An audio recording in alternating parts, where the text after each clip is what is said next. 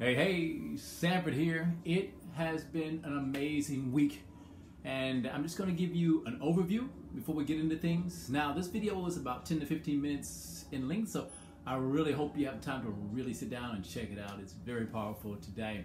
So, just in that overview that I was talking about, I'm going to read you one of my favorite and most powerful quotes to start off with, okay?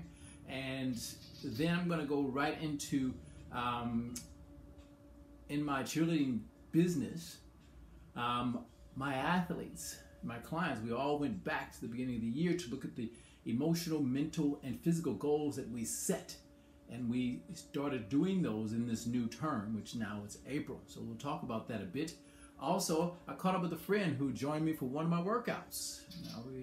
We had a little interesting conversation. I'll talk to you about that. And then I reached out to a gentleman that I've been following for about 6 years. And finally, I get to work with him. And he's going to help me lift my game and take my success to the next level. And we'll touch on success a little bit as well here in this video. But first, let me just read you one of the most powerful quotes that it's always been a huge motivator for me. And I had this up on the wall in my last business, and I misplaced it, and I rewritten it here. And so just bear with me as I read it to you today. Our deepest fear is not that we are inadequate. Our deepest fear is that we are powerful beyond measure. It is our light, not our darkness, that most frightens us. We ask ourselves, who am I to be brilliant, gorgeous, talented, or fabulous? Actually, who are you not to be? You are a child of God. Your playing small does not serve the world. There is nothing enlightened about shrinking so that other people won't feel insecure around you.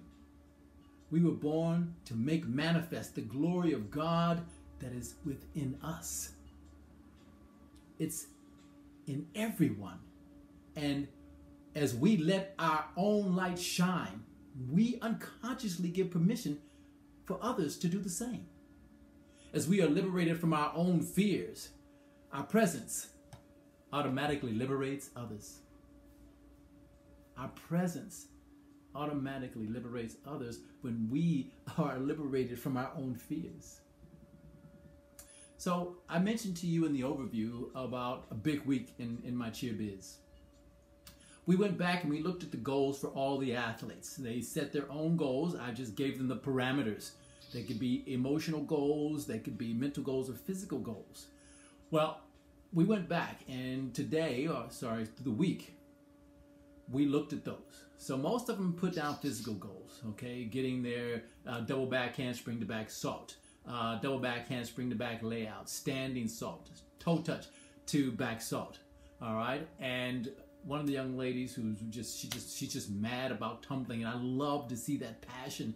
And this is what's missing for most of the people that are involved in things that they say they want to do, is that passion, that lack of overall commitment. You know, when you jump off a cliff into the water, you don't go midway. It's not like a cartoon. You don't go midway and go, I changed my mind, I want to go back. You go into the water, and you have to be submerged in the water, and you have to decide whether you're going to swim or you're going to sink.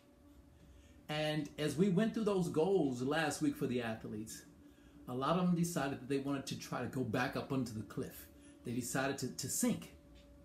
And what was missing, as I mentioned, was that passion, that total commitment, that total focus on hard work and effort. What is hard work? Is giving it everything you got at every moment you can. Okay? You're asking questions. You're going for it. You're stepping up. You're doing the numbers. You're doing the reps. Okay? For anything that you want to achieve in this life, anything that you want to achieve, you can have all the desire you want to. But then you got to have the dedication, the determination, and then the discipline to follow it through. For anything that you want to accomplish, if you haven't really gotten the most out of it, if you haven't been truly happy with it, you know, I'm not telling you, you know, inside you didn't give it everything you got. All right? The blood, the sweat, and the tears to make it come to fruition. Of course, there's been things that you have been successful at, and you know, again, you know, they have not come easily. You know, all the fun went out of it. Taking breaks. You couldn't take breaks willy-nilly to get that great grade or to really achieve that goal or to get that strong relationship. You had to put everything in. And when it comes to relationships, you're dealing with two people. So you can either run away from it and say, oh, it's too hard for me, I can't do it. And then you're going to go to another relationship, you're going to have to face the same thing again. Life gives tests. If you fail the test, you got to do it again. And relationships are the biggest test in life. And so a lot of the athletes, they struggled. They struggled with hitting their goals this week. And again, most of them have the strength. Most of them have the flexibility. But it's the mental and the emotional mindsets that are missing in that aspect. And so we talked about that. If you really want to be able to step from this part of the line to that part of the line, which is just one easy step, you have to be willing to risk. You have to put it all in. If you're saying in your head, I'm going to fall, then of course you eventually, more than likely at some point will fall, and then you will probably say, oh, I knew that was going to happen. But you forgot about the 30 times that it didn't happen. That's setting your mind up and getting your emotions in a strong place, that understanding that the successes will always outweigh the falls or the failures. So we got work to do. We got work to do this term, not just on the physical skill, okay? And this is what I tell a lot of clients, particularly the private clients that come to me and they want me to work with their athletes on getting their skills. My daughter, she lost her full twist. I say, well, where did it go? Okay, my daughter or my son, they want to learn to do a double back handspring. I say, okay, well, why did they want to learn how to do it? Okay, you can't. It's not just the physical aspect. I remember when I started teaching myself how to tumble, I used to, just do one flip, and some of the girls were watching me. They were in the dance program, and they say, well, can you connect it? Well, I hadn't worked out in my head or even in my heart how to make the connection, because there was no driver, nothing driving me to understand or want to make that connection. I was just too busy showing off. Okay? When you are truly focused and connected to your skills, you embody it. You embody it. That means you can do it anytime, any place. Someone can wake you up out of a dead sleep and say, do a standing salt, and you can do it because you've embodied that. Okay, so yeah, we got a lot of work to do. And for your athletes, if your coaches out there, really focus on getting them to embody it here in the mind, in the physicality, and in the emotional states that they hold. Okay, that's embodying. Okay. Now, next thing I want to talk about was I caught up with a friend. A friend came and joined me on one of my fitness programs. If you know me, you know my fitness programs. Even my light programs are hard. They're hard. They're difficult. Okay, so this program was a heel run with calisthenics in between. So, push-ups, sit-ups, pull-ups, all those things. And I said, so we ran our first set of heels, and then we went through our calisthenics, and I said, let's go do our next round. And then you know what she said? I didn't sign up for this. I didn't. I said, well, why are we meeting? You knew exactly what you were signing up for today. Okay? I don't play. I don't play. To me, that physicality is so powerful in setting off your day. All right? If you get up, you get up in the morning, you have your water, you do your read, do your meditation, and then sweat, baby. Sweat. Get that sweat out. Get all those toxins out of your body. Get the negative energy out of your body, and then hit it. Okay? That's giving you that strong set for your day. And I believe that the mind needs this body. Okay? We know the body turns to dust when we die. Okay? We know that. Okay? And that mind, well, is either going to stay strong with you all the way until you pass away, or it's not. But it needs the morning rituals. It needs the afternoon ritual. Whenever you do your fitness, to really show that you can really push through. You got that resilience to push through that hard workout and really drive yourself. So the question I want to ask us is, okay, so why are you here? Okay? Remember I read the quote earlier, so should I just shrink, just to make you feel good? Or should I just be me? All right? And do what I do. And you come along for the ride. It's great that you join me, but it's not just about you joining me. It's about you stepping up. There's some resistance here. We run into people, particularly people that care about us, people that love us, people that, are all in for people. And again, if you know me, you know I'm all about the people. We want to rise up, we got to do it together. Our society is so isolated nowadays, you know, and it's not just because of the mobile phone. It's not just because of the internet. You know, we started along this path probably many years ago, all right? When we started, you know, buying these things they call a house. We isolate ourselves in our house, and that's where we stay, and that's where we do everything. We don't even invite people into our houses anymore. Someone come knock on the door, we're like, oh, what? Someone's knocking at the door. Oh my God, everybody get down, someone's knocking at the door. We don't even let people into our lives anymore. So that isolation is not good for us. We are relationship creatures, okay? And so when you run across creatures like this, like me, you know, like other, you know, other people who just care about people, period, you know, those are powerful people because they're going to tell you the truth. They're going to be straight up with you. And if you got some disagreements, some you know, some grudge or something going on with you, you can talk to them and they will talk to you. You know they will. You got other people who just ignore you. People who just, you know, they won't talk to you. They'll just point the finger. They'll tell you that you shit, that you shouldn't do this. And, you know, they got all kinds of excuses why they should be angry at you. Okay? Should you keep those people in your life? Well, you know, I say yeah. You need a level of those sort of people in your life so you can gauge where you are. But I would say get more people around you that really challenge you and love you and keep you accountable.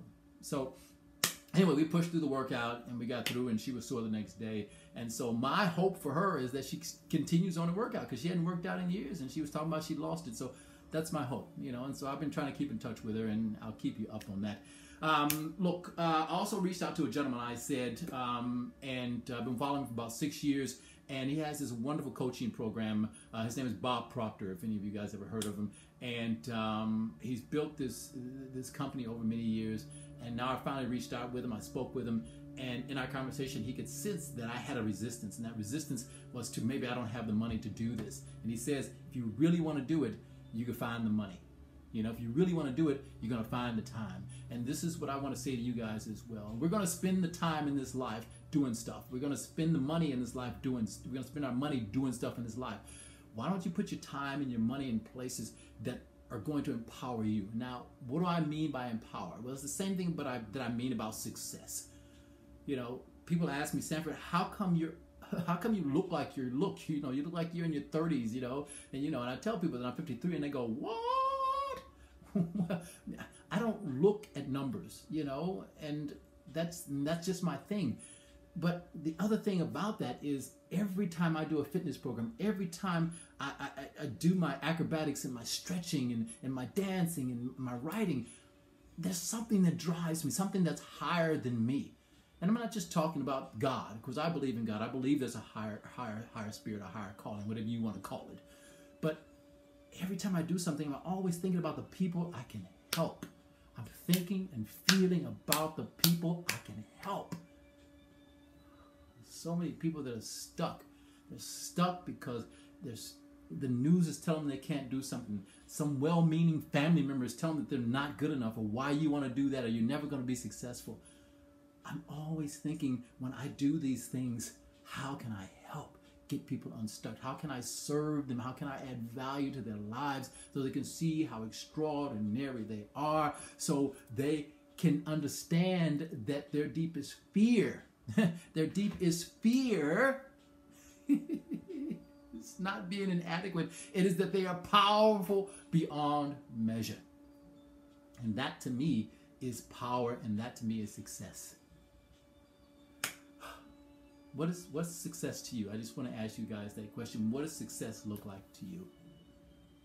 What does success look like to you? Can you reply in the comments below and let me know what you thought of this video as well. It's been fantastic speaking to you guys again. And just remember that quote I read earlier. I believe that it's by Marion.